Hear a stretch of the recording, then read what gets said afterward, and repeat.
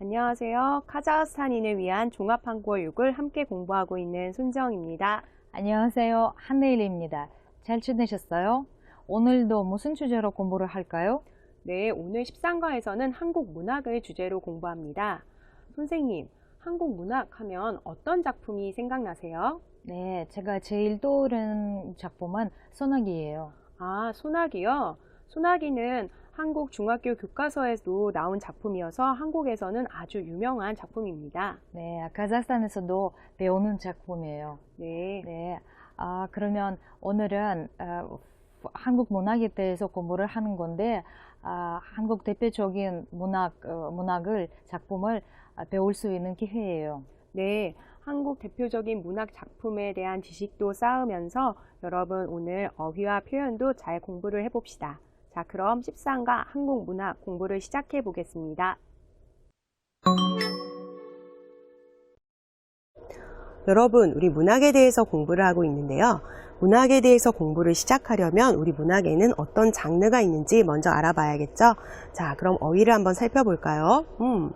자, 여러분, 구전문학이라는 것과 기록문학이라는 것이 먼저 나왔는데요. 구전이라고 하는 것은 말로 전달을 하는 문학입니다. 왜 말로 전달하냐고요? 여러분 어때요? 옛날 우리 선조들을 생각하면 처음부터 글로 무언가를 기록하진 않았지요? 네, 글로 기록하지 않았을 때는 말로 이야기를 전달했는데요. 이와 같은 것을 구전문학이라고 합니다. 또 이와 반대돼서 우리 글이 만들어진 이후에 기록을 하게 되는데요. 기록이라고 하는 것은 글로 쓰는 것을 말하지요. 그래서 글로 쓰는 것을 기록문학이라고 말합니다. 자, 또 시대에 따라서도 나눌 수 있는데요.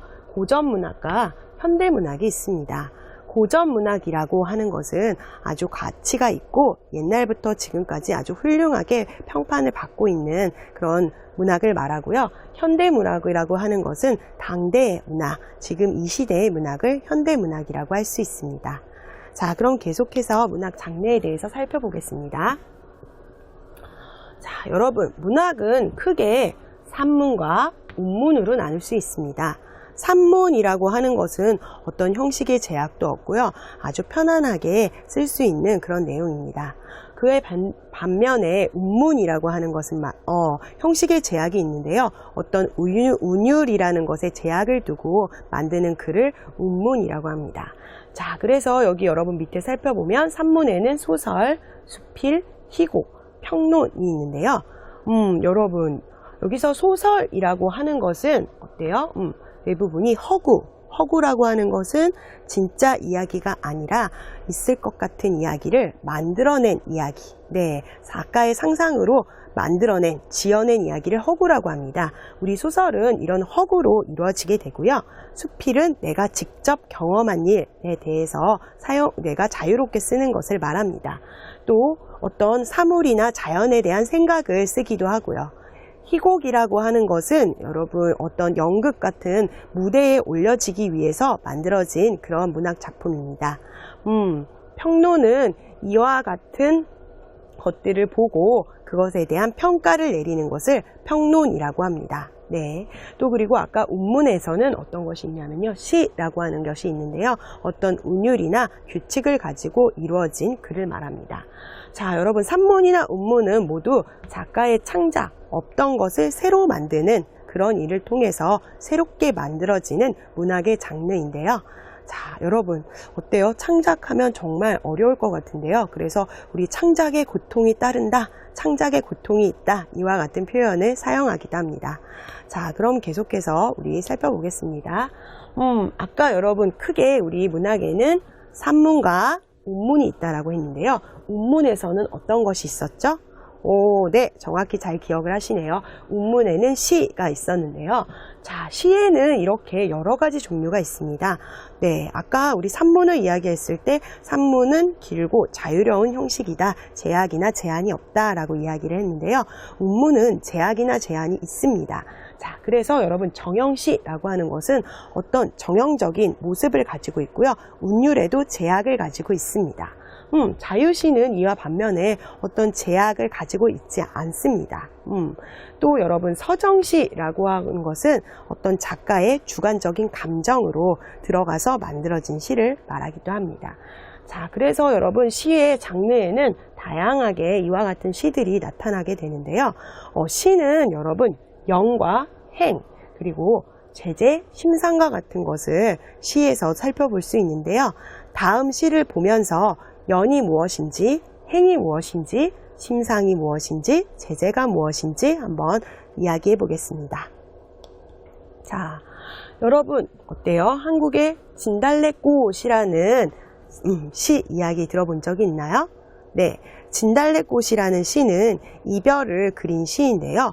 이 시의 여러분 제재는 무엇인가요? 네, 진달래꽃이 우리 아까 시의 제재가 됐습니다. 자, 그럼 시는 연과 행이 무엇인지 한번 살펴보겠습니다. 자, 나보기가 역겨워 가실 때에는 말없이 고이 보내드리오리다. 자, 이것은 시의 일부만 발췌한 내용인데요. 여러분 교재에도 시가 있으니까 시를 한번 보면 자, 여기까지가 여러분 한 연을 말합니다. 그래서 연은 1년, 2년, 3년, 4연 네, 이렇게 구성이 되어 있고요. 자, 이런 것들을 한 행이라고 이야기합니다. 네. 자, 여러분 이와 같이 시는 연과 행으로 나눌 수 있고 제대도 찾아볼 수 있습니다. 자, 그럼 우리 계속해서 시의 표현들을 한번 살펴보겠습니다. 자, 여러분 시에서 많이 사용되긴 하지만 또 우리 시뿐만 아니라 수필에서도 소설에서도 이와 같이 비유법이라는 것을 사용하는데요. 비유법이라는 것은 직접적으로 어떤 것을 상세하게 묘사하는 것이 아니라 다른 것에 빗대어서 다른 대상과 사물을 투영해서 내가 나타내고 싶은 내용을 나타낼 때 이야기하는데요. 자, 이 비유법에는 여러 가지 종류들이 있는데 그 중에 대표적인 종류로는 은유법, 지규법, 의인법과 같은 것들이 있습니다. 그럼 각각이 어떻게 다른지 여러분 한번 살펴보겠습니다. 자, 먼저 은유법은요. A는 B다와 같이 내적인 심상이 서로 같을 때 사용하는 표현입니다. 그래서 여기서는 이렇게 말했네요. 내 마음은 호수라고 하면 여러분 호수 알고 계신가요? 호수 아주 넓고 평온하고 잔잔하고 이런 마음이죠. 그래서 내 마음은 넓고 평온하고 잔잔하다 이런 의미입니다. 자, 여러분 스마트폰은 현대인의 동반자 어때요? 동반자라고 하는 것은 내 인생을 같이 가는 사람을 이야기할 때 많이 사용하는데요. 이제 스마트폰이 빠지지 않고 현대인의 인생에서 계속 같이 가는 그런 사람과 같다 해서 A는 B다라는 그런 표현을 썼습니다.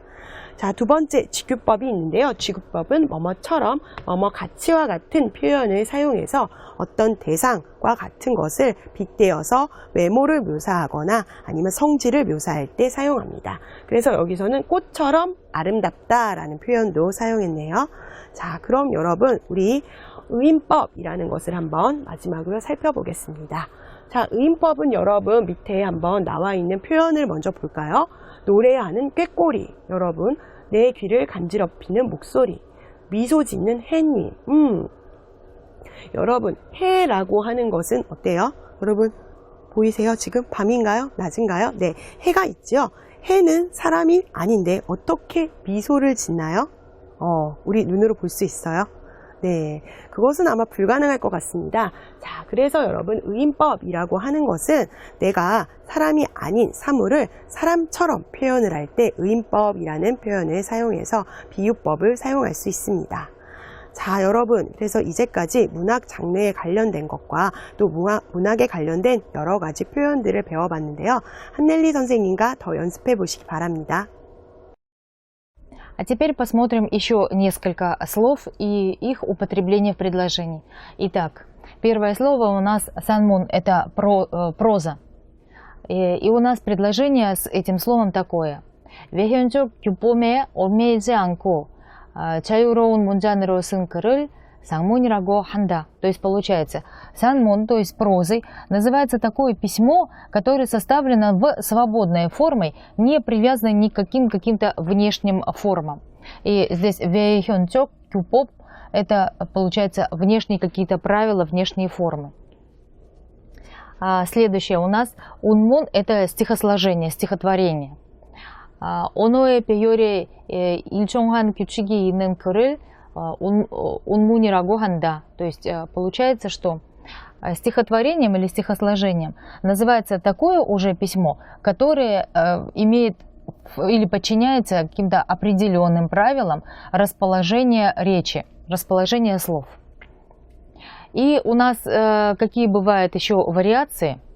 Это 의인법, это у нас аллегория или олицетворение. И, например, 꽃이 웃는다, то есть цветы плачут. В реальности они плакать не могут, поэтому то, что это так описано, 꽃이 웃는다, цветы плачут, это и называется аллегорией, то есть 의인법 и 의인법. Или 의인법 – это метафора. Например, 내 마음은 호수다, моя душа – это озеро.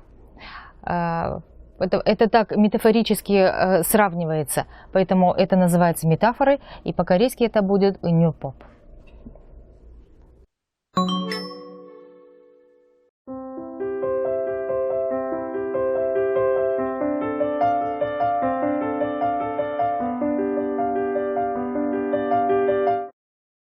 Мы приступаем с вами к изучению грамматики.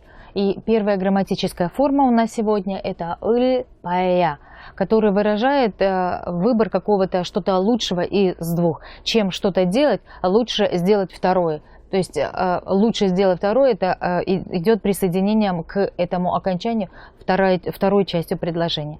Послушайте сначала объяснение 선생님. 여러분, 저는 어렸을 때를 생각하면 좀 시험 기간에 이런 일들이 많이 있었던 것 같은데요.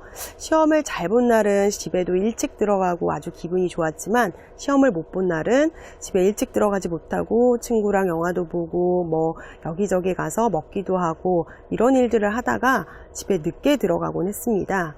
그런데 계속 시간을 친구다 보내다 보니까 아마 이렇게 늦으면 엄마한테 혼날 텐데 이런 생각이 들었지만, 에휴, 이미 늦었는데 뭐 더 늦게 가지 뭐, 이런 생각이 들기도 했었는데요.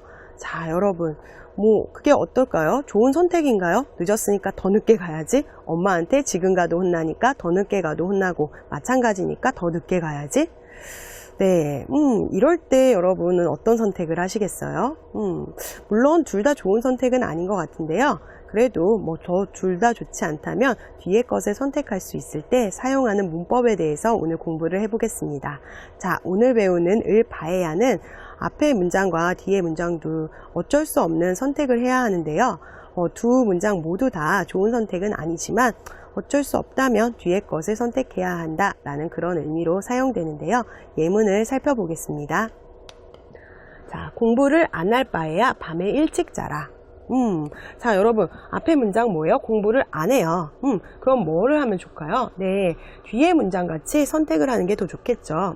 공부 안 하면 여러분 늦게까지 뭐 놀면 뭐 하겠어요? 일찍 자면 내일 아침에 피로하지 않을 거 아니에요? 자, 그래서 앞에 선택도 별로 좋진 않고 뒤에 선택도 그다지 마음에 들진 않지만, 그래도 앞에 것보다는 뒤에 것을 선택하는 것이 더 나을 거다라고 해서 공부 안 할 바에야 밤에 일찍 자라 라는 이런 표현을 사용했네요. 자, 그럼 두 번째 예문도 살펴볼까요? 요즘에는 정말 한국에서 이렇게 지내는 사람들이 많은 것 같은데요. 여러분도 한번 같이 이 문장 읽어보시겠어요? 일도 하고 공부도 하면서 둘 다 제대로 못할 바에야 하나만 잘하는 게 좋지요. 자, 여러 가지 이유로 일을 하면서 공부를 해야 하는 그런 상황들이 있는데요. 그런 경우에는 두 개 다 잘하는 것이 참 쉽지 않습니다. 그런데 두 개 다 하는데 두 개 다 잘 못하게 되면 어때요? 차라리 하나만 잘하는 게 좋지요 라고 해서 첫 번째 선택, 두 번째 선택, 두 개 다 내 마음에 썩 들진 않지만 그래도 두 번째 것을 선택하는 것이 앞에 것보다는 낫다라는 표현으로 을-바에야를 사용했습니다. 자, 그럼 여러분은 교재에 있는 그림 봐주시겠어요? 엄마하고 아들에 대한데요. 여러분, 아들이 방을 어떻게 해놓았나요? 방이 참 안 깨끗하지요. 네, 엄마가 방을 치워라 청소해라 뭐 이렇게 이야기를 한 것 같은데 그 방에서 계속 뒹굴뒹굴 하고 있습니다. 자, 그럴 때 엄마는 이렇게 이야기를 했네요. 그래, 너에게 어때요? 이제 100번 너한테 말할 바에야 옆집 강아지한테 말하는 게 낫겠다. 아이고, 네. 아들한테 말한 게 엄마는 잘 지켜지지 않으니까 정말 속상했던 모양입니다. 아들한테 말하는 것보다 어때요? 강아지한테 말하는 게 나을 정도라고 하네요. 자, 그래서 여러분 바에야는요, 앞에 있는 것, 뒤에 있는 것 두 개 다 내가 선택할 수 있다면 어쩔 수 없이 마음에 들진 않은 선택이지만 뒤에 있는 것을 선택하는 것이 차라리 낫다라는 표현으로 사용되었는데요. 자, 여러분 바에야는 그래서 앞에는 어차피 이왕에 이런 표현이 사용되고요. 뒤에는 차라리 오히려와 같은 표현이 이어져서 오면 더 자연스러운 문장을 만들 수 있습니다. 자, 여러분 의미를 익혔으면 같이 오게 되는 이와 같은 표현들도 잘 익혀보시기 바랍니다. 그럼 한넬리 선생님과 더 연습해 보세요. А теперь давайте посмотрим еще пару примеров с употреблением окончания ыльпаэя. Итак, первый пример у нас такой. 택시를 타고 가면 많이 막힐까요? Как ты думаешь, если мы поедем с тобой на такси, сильно ли будут загружены дороги? Мы вставляем сюда форму, предложенную вместе с окончанием. У нас получается 택시를 탈 바에야 걸어가는 것이 빠를 거예요. То есть, если чем ехать на такси, то лучше уж пешком дойти, быстрее будет. И в данном случае окончание ульпаэя выражает, что чем вот это вот, лучше вторую часть, лучше сделать то, что во второй части выражено. Посмотрим еще один пример. 남자친구와 또 싸웠어요. Я опять поругалась со своим парнем. 그렇게 자주 싸울 바에야 차라리 헤어진 게 낫겠어. То есть, чем вот так вот постоянно ругаться, так часто ругаться, лучше уж разойтись. И в данном случае это окончание ульпаэя подтверждается еще и словом чарари, то есть чем вот это, уж лучше уж тогда сделать то, что во второй части предложения. И мы приступаем с вами к изучению второй грамматической формы, это джикхада, достойный чего-то, то есть стоящий чего-то. послушаем сначала объяснение Сунциним. 네, 오늘 배우는 두 번째 문법은 그럴 것 같다, 그럴 가치가 있다, 그럴 상태에 있다, 이와 같은 의미를 가진 표현으로 그에 상응하는 상황에 사용됩니다. 자, 그럼 우리 예문을 보면서 여러분 문법을 익혀봅시다. 그 옛날 이야기는 실제로 있음직한 이야기처럼 들려. 여러분, 우리 아까 어때요? 문학작품을 배울 때 배웠던 어휘 생각나시나요? 허구, 여러분 무엇이라고 했죠? 작가의 상상력으로 만들어진 이야기라고 했는데요. 그 이야기가 여러분 실제 상황에서 없을 것 같은 이야기인가요? 아니지요? 뭐예요? 있음직한, 네. 있을 것 같은 이야기입니다. 그럴 때 있다와 음직함이 모아서 있음직한이라는 표현을 사용했네요. 네, 그럼 여러분 두 번째 예문도 한번 살펴볼까요? 항상 진실하게 살려고 하는 것은 바람직한 자세이다. 네, 여러분 다른 사람을 속이거나 거짓말을 하지 않고 진실한 마음으로 사람을 대하는 그런 자세는 정말 바른 자세이지요. 네, 이런 자세는 어때요? 바람직하다라고 해서 바라다라는 그런 표현과 음직하다가 사용되어서 바람직할 것 같다, 그럴 것 같다라는 의미로 사용이 되었습니다. 자, 그럼 여러분 교재에 있는 한번 그림을 여러분도 보세요. 여러분 교재에 있는 사과 보이세요? 어때요? 여러분 먹고 싶으세요? 아니요. 네, 근데 여자는 어떻게 이야기를 했어요? 이 사과가 정말 먹음직하네요. 네, 어때요? 여자가 지금 사과를 먹었어요? 그건 아니죠. 네, 지금 눈으로 보고 있는데 먹으면 정말 맛있을 것 같은 그런 느낌이 들 때 어때요? 먹다와 음직하다를 같이 사용해서 먹음직하다라는 이런 표현을 썼네요. 자, 그래서 그런 것의 대답은 이 사과는 정말 맛있어요. 네, 그러면 여자는 아직 먹어보진 않았지만 여기 있는 두 번째 사람은 먹어보고 이야기를 하네요. 네, 그래서 여러분 음직하다는 그럴 것 같고 그럴 상태일 것 같고 그럴 가치가 있을 것 같을 때 사용하는데요. 자주 사용되는 우리 동사와 형용사들이 있습니다. 그럼 한번 살펴볼까요? 자, 우리 아까 봤던 있다, 먹다, 믿다, 바라다와 같은 그런 표현들이 있는데요. 이와 같은 표현들이 음직하다와 자주 사용되는 표현이니까 여러분이 자주 익혀두시면 더 좋을 것 같습니다. 자, 그럼 한넬리 선생님과 더 연습해 보시기 바랍니다. А теперь давайте посмотрим пару примеров с употреблением окончания 음직하다. Так, первый пример у нас такой. 무엇을 찾아요? Что вы ищете? И вставляем сюда на пропущенное место глагол 있다 с окончанием 음직하다. У нас получается 열쇠를 찾고 있어요. Я ищу ключи. 여기에 있음직한데 아무리 찾아도 없어요. Вроде здесь они должны быть. То есть я верю в то, что они должны быть здесь. 아무리 찾아도 없어요. То есть как я не ищу, не могу найти. И посмотрим еще один пример. Это у нас 민수 씨는 참 괜찮은 사람 같아요.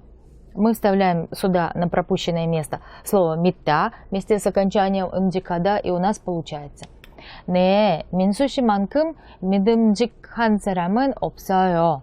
То есть получается, что Минсу действительно очень хороший человек, как мне кажется. Да, такого человека, достойного доверия, как Минсу, просто нету. И в данном случае окончание МДКД выражает быть достойным доверия. 선생님, 오늘 문학에 대해서 공부하고 있는데요. 네. 선생님도 문학 작품을 좋아하세요? 네, 자주 읽지는 못하지만 제가 고전 소설을 좋아하는 편이에요. 네, 고전 소설이요. 네. 선생님, 시도 좋아하세요? 글쎄요, 시는 소설보다 자주 읽지는 못합니다. 지금 시 이야기가 나왔으면은 갑자기 진달래꽃에 대해서 생각이 났어요. 아, 한국시 진달래꽃이요? 네. 한국에서도 모르는 사람이 없을 정도로 아주 유명한 시인데요. 이별을 주제로 하고 있습니다. 또 노래로도 만들어졌고요. 선생님께서 혹시 진달래꽃의 노래를 들어보신 적이 있나요? 네, 저도 들어봤어요. 요새 만드는 노래가 아니더라도 대학교 축제 때 가끔 들렸습니다. 네, 그렇군요. 선생님, 그럼 진달래꽃에 만든 시인에 대해서도 알고 계신가요? 네, 김소월이죠. 네, 역시 한넬리 선생님 잘 알고 계시네요. 네, 한국에서 얼마 전에 한 조사에 따르면 한국인이 생각하는 시인을 제일 먼저 떠오르는 사람으로는 김소월 시인과 윤동주 시인을 이야기했습니다. 그만큼 한국에서 아주 사랑을 받고 있는 유명한 시인들인데요. 카자흐스탄에서도 그런 유명한 시인들이 많다고 들었는데 어떤 시인이 있나요? 네, 카자흐스탄에서는 아바이 쿠난바이프라는 시인이 있고요. 또 푸시킨이라는 시인이 유명해요. 네, 선생님께서 말씀해 주신 시인들은 정말 저도 이름을 들어본 적이 있는 아주 유명한 시인들이네요. 자, 그럼 여러분, 우리 듣기를 듣고 이야기를 나눠봅시다. 시를 좋아합니까? 아마 네라고 대답하는 사람은 얼마 없을 것입니다. 시는 겉으로 드러난 의미와 그 안에 숨겨진 또 다른 의미를 동시에 가지고 있어서 읽을 땐 쉽게 이해가 되지 않습니다. 그래서 사람들은 시를 읽는 것을 부담스러워합니다. 그럼 이렇게 생각해보면 어떨까요?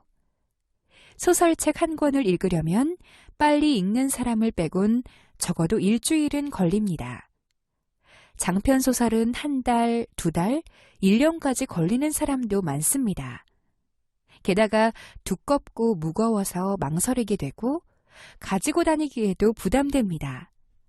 하지만 대부분의 시집은 얇고 가벼워서 가지고 다니기도 좋고 마음만 먹으면 하루 안에 책 한 권을 다 읽을 수도 있습니다. 시를 읽을 때 너무 자세하게 하나하나 다 이해하려고 하지 말고 편안한 마음으로 자신의 느낌대로 읽는다면 시에 대한 거부감이 줄어들고 그러다 보면 어느새 도서관에서 시집을 검색하는 멋진 대학생이 되어 있을지도 모릅니다. 그리고 요즘은 생활 속에서도 점점 시를 볼 수 있게 되었습니다. 잘 찾아보면 우리 곳곳에 숨어 있는 시를 볼 수 있습니다.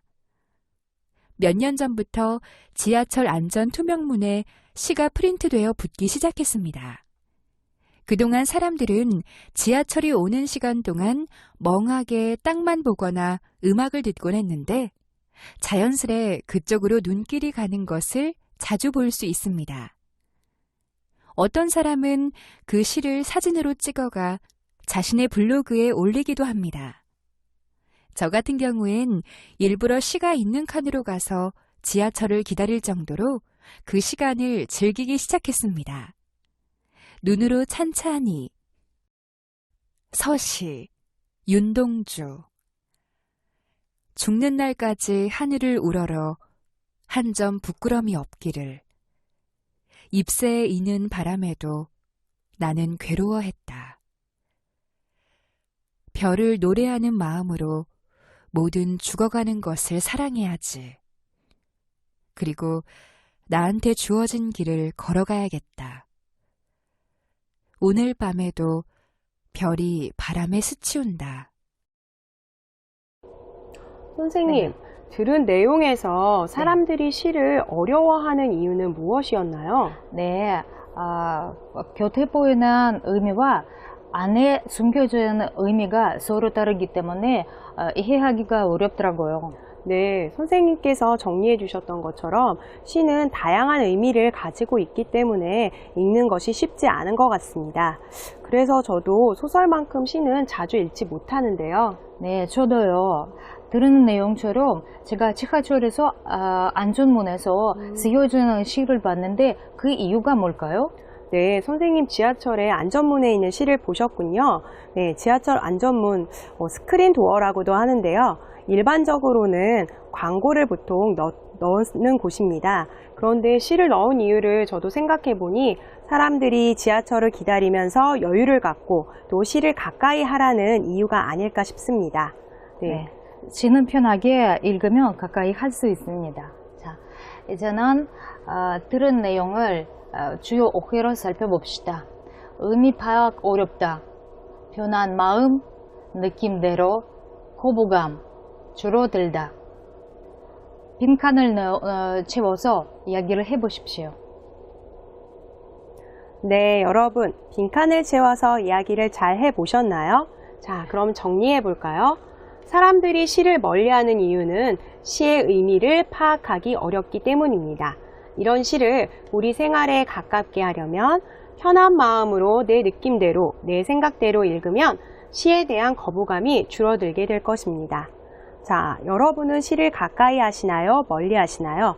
또 그 이유는 무엇일까요? 여러분도 한번 생각을 해보시고 이야기해 보시기 바랍니다. 오늘은 한국의 시인 윤동주의 서시를 들으면서 말하기를 마치겠습니다. 서시, 윤동주.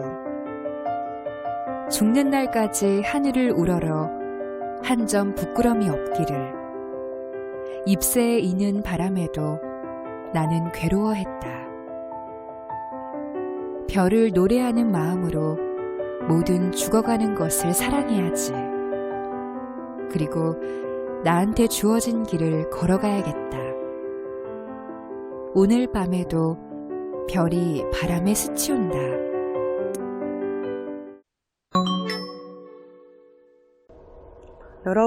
여러분은 혹시 한국 소설 읽어보신 적 있나요?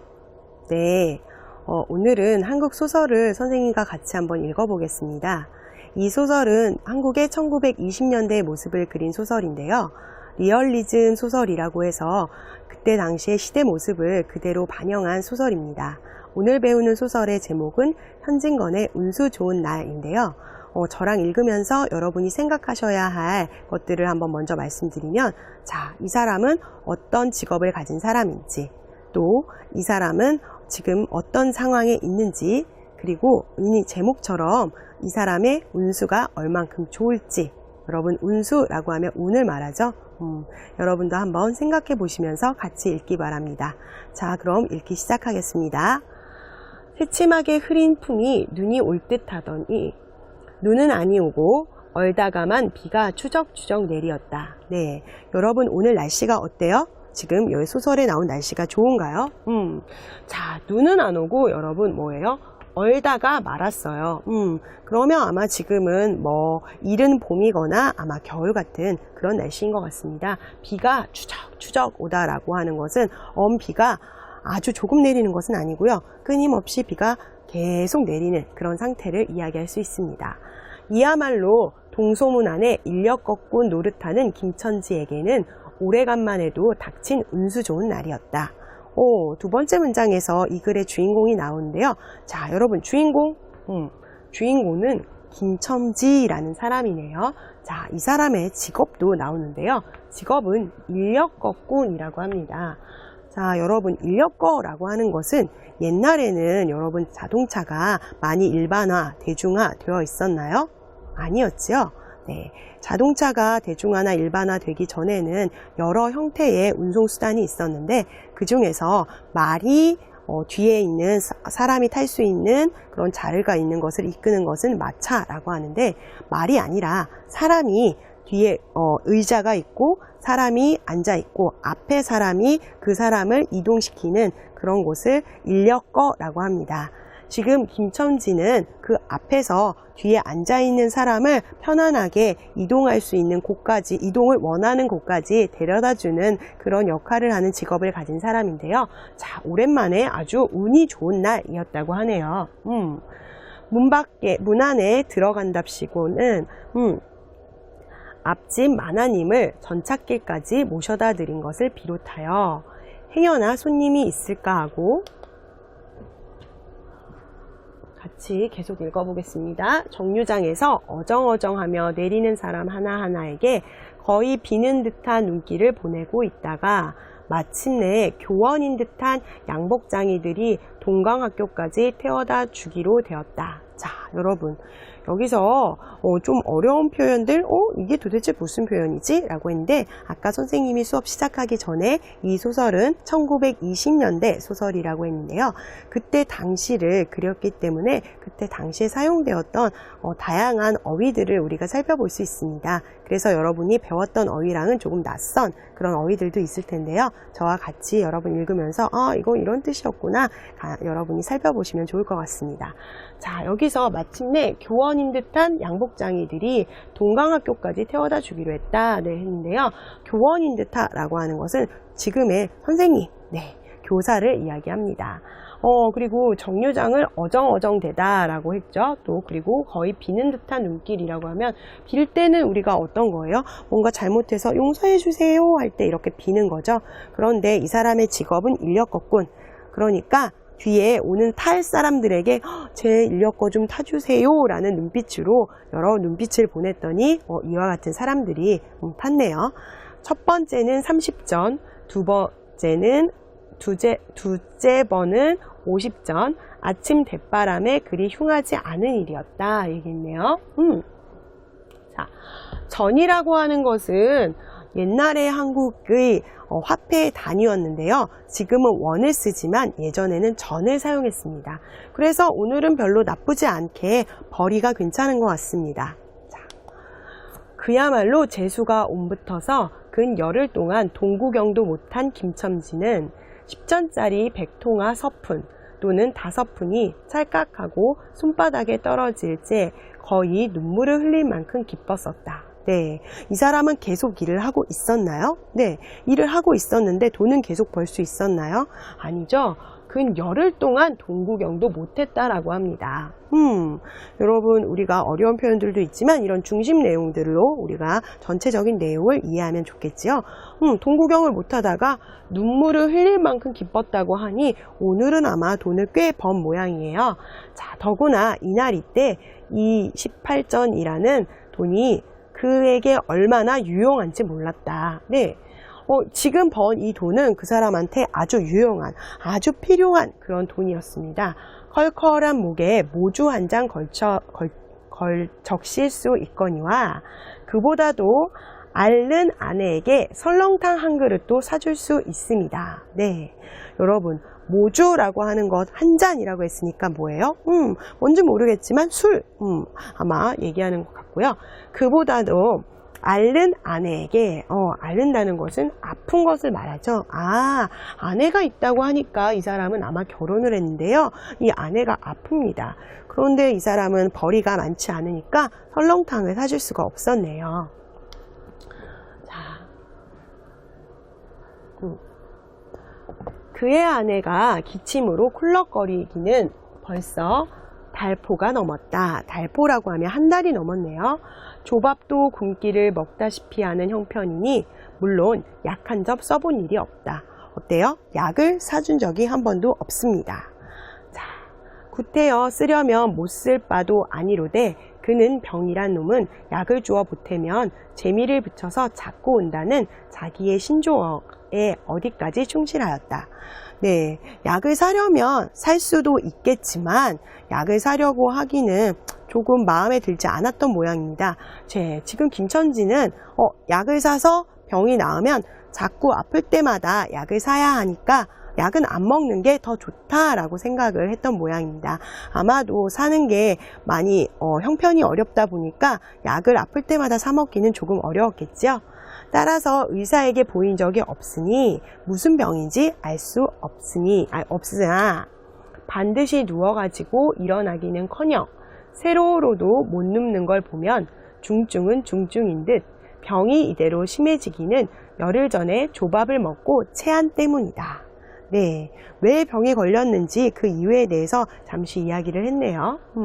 그때도 김첨지가 오래간만에 돈을 얻어서 좁쌀 한 대와 10점짜리 나무 한 단을 사다 주었더니 김천지의 말에 의하면 오라질년이 천방지축으로 남비되고 끓였다라고 합니다. 자, 그래서 여러분 우리 여기까지 여러 가지 김첨지의 내용과 김첨지의 사건을 살펴봤는데요. 첫 번째 제가 여러분 읽으면서 무엇을 생각하라고 했죠?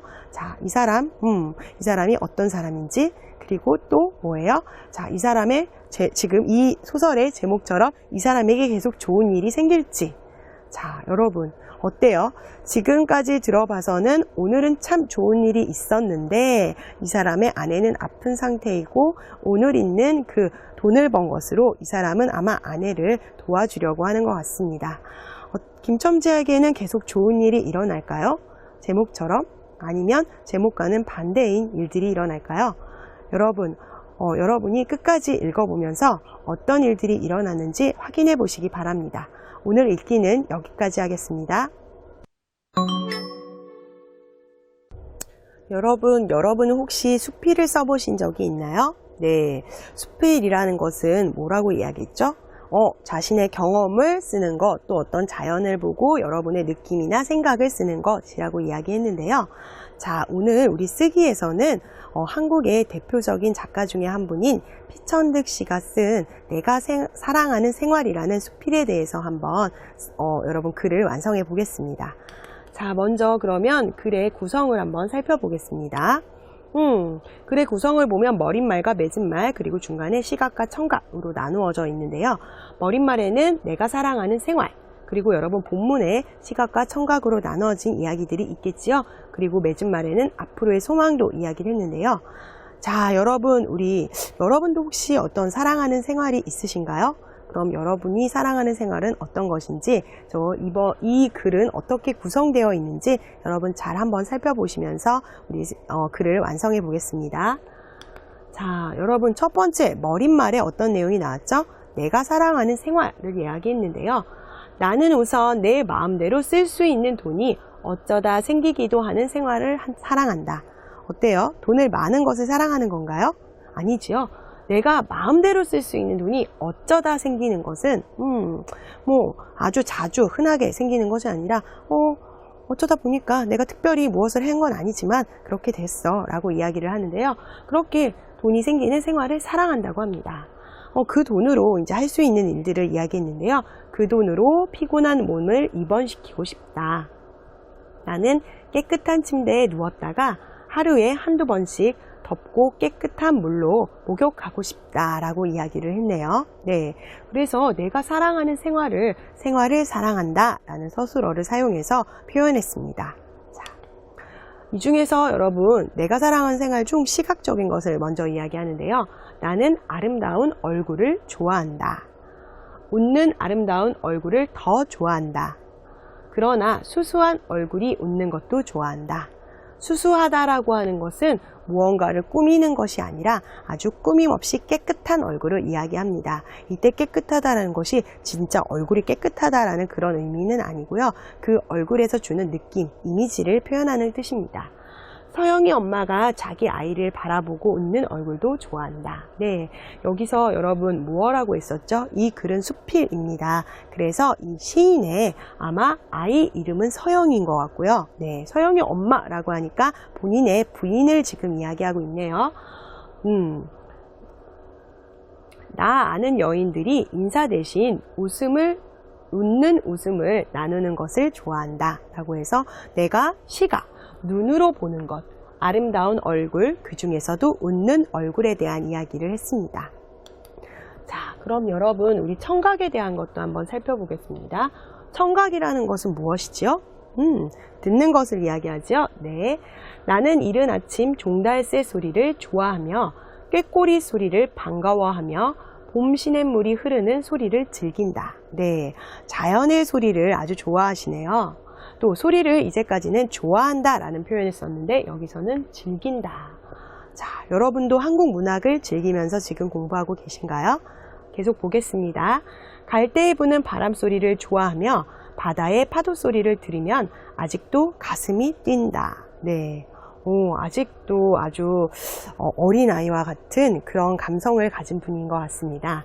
나는 골목을 지날 때 발이 멈추고 한참이나 서 있게 하는 피아노 소리를 좋아한다. 네, 좋아하는 아주 다양하고 아름다운 소리들이 있는데요. 자연의 소리도 있었고요. 또 이런 피아노 소리도 있었네요. 자, 그래서 여러분 이제까지 우리 시각과 청각에서 어떤 것을 좋아하는지 웃는 얼굴, 그리고 또 어떤 소리를 좋아하는지 이야기를 했고요. 마지막 맺은말을 한번 보면 고운 얼굴을 욕망 없이 바라보며 남의 공적을 부러움 없이 찬양하는 것을 좋아한다. 여러 사람을 좋아하며 아무도 미워하지 아니하며 몇몇 사람을 끔찍히 사랑하며 살고 싶다 라고 맺은말을 썼네요.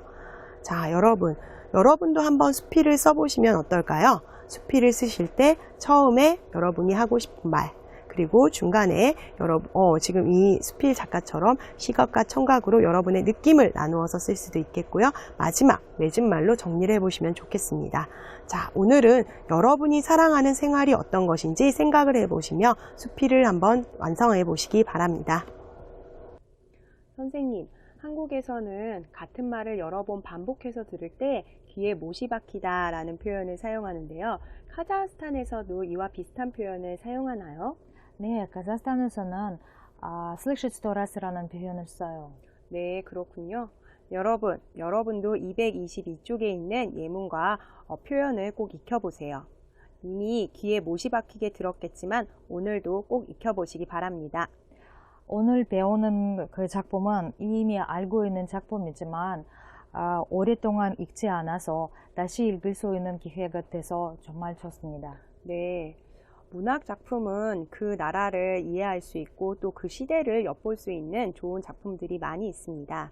오늘 교재에 나와 있는 시나 소설 이외에도 많은 한국 문학 작품을 여러분이 읽다 보면 한국을 이해하시는 데 더욱 도움이 되실 겁니다. 그럼 오늘 13과 공부는 여기까지 하겠습니다. 다음 시간에 만나겠습니다. 수고하셨습니다.